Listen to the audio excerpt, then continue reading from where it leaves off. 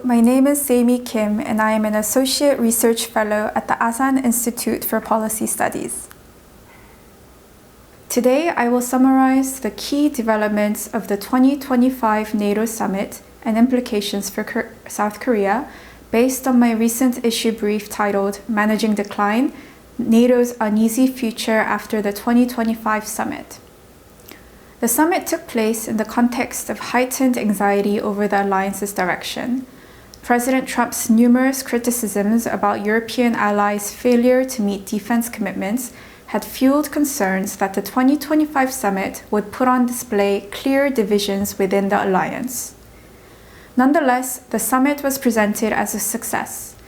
Leaders adopted the Hague Summit Declaration, which reaffirmed Article 5 and agreed to raise defense spending to 5% of GDP by 2035.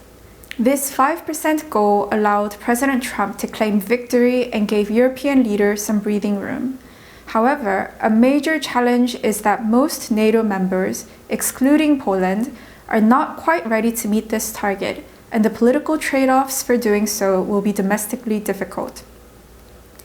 Another key takeaway was what the summit did not address. The Hague Declaration offered minimal language on Russia and Ukraine, and this is especially striking given that the last year's declaration called Ukraine's NATO membership path irreversible.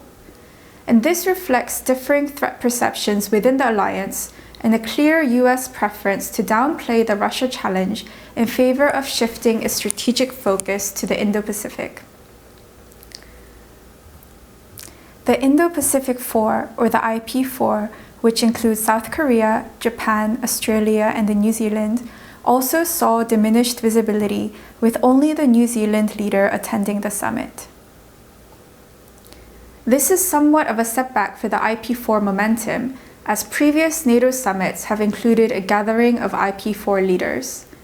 Nevertheless, practical cooperation between NATO and each of the IP4 countries continues to advance in areas like cyber defense or defense industry collaboration.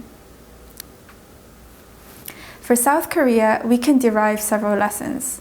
First, defense spending will be linked to broader alliance politics and trade negotiations. Even though Korea's defense spending already exceeds 2% of GDP, Seoul will face greater pressure for further contributions, especially in light of US expectations for greater alliance burden sharing. Second, given that the 5% target includes broader security areas such as infrastructure and innovation, this offers Korea an opportunity to shape how its contribution is counted.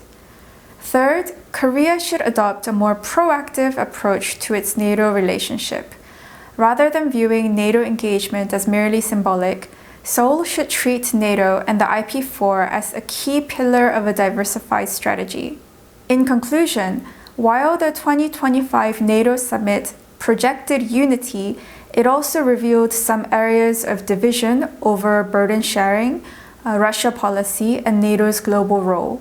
For Korea, these developments will have implications for its own alliance relations with the US, including in areas such as defense and trade interests, leveraging its defense industry, and investing in durable partnerships that diversify South Korea's foreign relations while also strengthening the network of US alliances. Thank you.